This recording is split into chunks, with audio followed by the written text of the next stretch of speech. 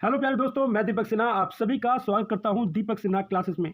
Class 12th history और ये chapter number 9 serial wise कह रहा हूँ। एनसीईआरटी की बुक में ये चैप्टर नंबर 10 है आपका। ठीक है, 29 दिसंबर को आप लोगों का प्री बोर्ड का एग्जाम है हिस्ट्री का, तो उसके लिए इस चैप्टर से सिर्फ 3 क्वेश्चन करवा रहा हूँ। अपने सेंटर में भी यही 3 क्वेश्चन मैंने करवाए हुए हैं। तो चलिए स्टार्ट करते हैं।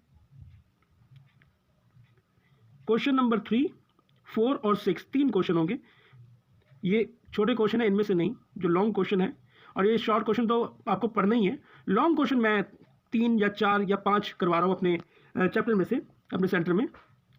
और यहाँ से स्टार्ट होता है क्वेश्चन नंबर 1, क्वेश्चन नंबर 2, और याद करने के लिए मैंने अपने स्टूडेंट को दिया है इस चैप्टर में से क्वेश्चन नंबर 3 कि इसको वो अच्छे से याद करें। तो आंसर आप लोगों के सामने होगा, पढ़ जाऊँगा ईजिली, आपको समझ में भी आ जाएगा।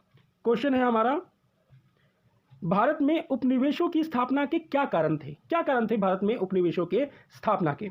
आंसर कह रहा भारत में उपनिवेशों की स्थापना के कारण, पहला पॉइंट, कच्चे माल की प्राप्ति। कच्चे माल की प्राप्ति के लिए उपनिवेशों की स्थापना की गई भारत में। आंसर है, इसका पॉइंट एक्सप्लेन कर रहा हूं कि औद्योगिकरण के कारण यूरोपीय देशों में कच्चे माल की आवश्यकता को पूरा करने के लिए प्राकृतिक संसाधनों से परिपूर्ण भारत में उपनिवेश की स्थापना की गई। दूसरा पॉइंट, निर्मित माल की खपत। निर्मित माल की खपत, यूरोपीय देशों में उत्पादित माल की खपत के लिए एक बड़े बाजार की जरूरत थी, जिसके लिए उपनिवेशों की स्थापना की गई। तीसरा पॉइंट, ईसाई धर्म का प्रचार। उपनिवेशों की स्थापना के साथ साथ ईसाई धर्म की प्रचार करना, ईसाई धर्म का की लिखा हुआ है, ईसाई धर्म का प्रचार करना तथा गैर ईसाई लोगों को ईसाई बनाना अपना लक्ष्य समझते थे, इसलिए वो उपनिवेशवाद की स्थापना करते थे। चौथा, अमीर देश बनने की लालसा। कह रहा है कि विभिन्न देशों से आए यात्रियों ने भारत की समृद्धता और वैभव का गुणगान किया, कि भारत किस तरीके का है उसका गुणगान किया, जिससे प्रेरित होकर यूरोपीय भारत में धन और वस्तुओं को प्राप्त करने के लिए आए, और इसलिए भारत को उपनिवेश बनाया गया। तो ये कारण थे उपनिवेशीकरण के, किसी देश को उपनिवेश बनाने के, तो भारत उपनिवेश बना। चौथा क्वेश्चन यानी कि दूसरा, याद करने के लिए प्री बोर्ड के लिए, कह रहा है कि भारत में ग्रामीण समाज पर उपनिवेशवाद का क्या प्रभाव हुए? विस्तार से बताइए। फिर से रिपीट कर रहा हूं, भारत में ग्रामीण समाज पर उपनिवेशवाद का क्या प्रभाव हुए? विस्तार से बताइए कि जब वो उपनिवेशवाद स्थापित हुआ, जब वो गुलाम हुए, अधीन हो गए, तो उसके क्या प्रभाव पड़े? पहला पॉइंट, कुटीर उद्योगों का क्या हो गया? विनाश हो गया। कुटीर उद्योगों का विनाश हो गया, यानी कि जो अपने ही घर में जिसका उत्पादन किया जाता था, बनाया जाता था, अब उसी वस्तुओं को बाहर से मंगवाना शुरू कर दिया हो गया। एक्सप्लेन, कि ना यूरोपीय देशों ने भारतीयों की समृद्धता का आधार कुटीर उद्योगों को समाप्त कर दिया। जिन सामानों का भारत निर्यात करता था, उन सामानों का भारत आयात करने लगा, तो इस प्रकार का प्रभाव पड़ा। सेकेंड पॉइंट, अंग्रेजों द्वारा स्थापित भूमि प्रबंध की त्रुटियां। जो अंग्रेजों ने स्थापित करी उसकी त्रुटियां। कह रहा है कि अंग्रेजों ने पूरे भारत के भिन्न भिन्न क्षेत्रों में अलग अलग प्रकार की भूमि प्रबंध किया, अलग अलग प्रकार का भूमि प्रबंध किया, परंतु ये व्यवस्था कारगर सिद्ध नहीं हुआ और किसान ऋणग्रस्त होते गए। यानी कि जिस प्रकार के नियम और कानून लोगों ने लागू किए, वो ज़्यादा सार्थक लागू नहीं हो पाई। तीसरा पॉइंट, राजस्व संग्रह करने के कठोर तरीके। अंग्रेजों ने किसानों से लगान वसूली में किसी भी प्रकार का ढील नहीं देती थी, किसी प्रकार का ढील नहीं देती थी अंग्रेज कर वसूली के लिए। फसल की बर्बादी या अकाल पड़ने पर लगान वसूला जाता था, चाहे कुछ भी हो लगान देना पड़ेगा। फलस्वरूप किसान अपने खेत साहूकारों के पास गिरवी रखते थे।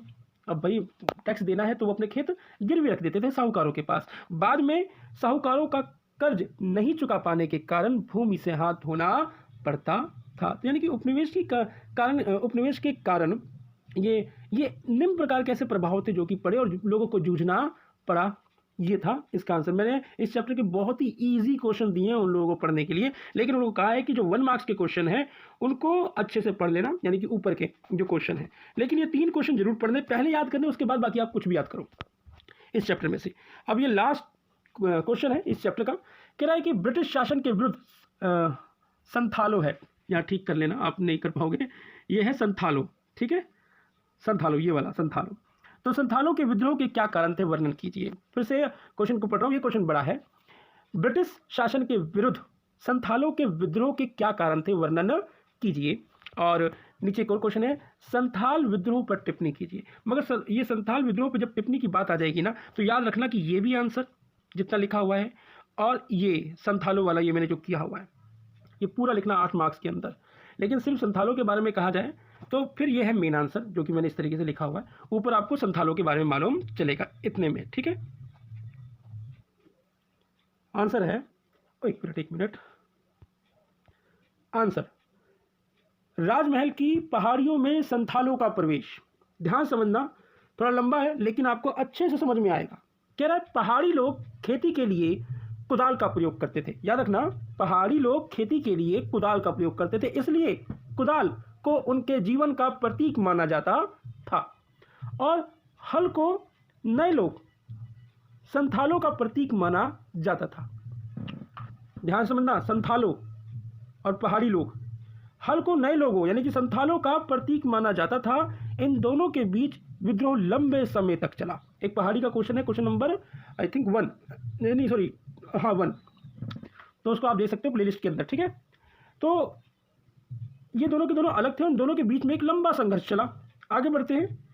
कह रहे बुकानन द्वारा बताया गया कि संथालों ने 1800 ईस्वी में पहाड़ियों को निकाल दिया और खुद यहाँ आकर बस गए। ये बुकानन जब वहाँ पहुँचे तो इन्होंने ये देखा कि पहाड़ियों को निकाल दिया गया और वो खुद संथाल आके वहाँ पर पहाड़ियों पे बस गए। आगे, संथाल लोग पहाड़ियों से अधिक सभ्य थे।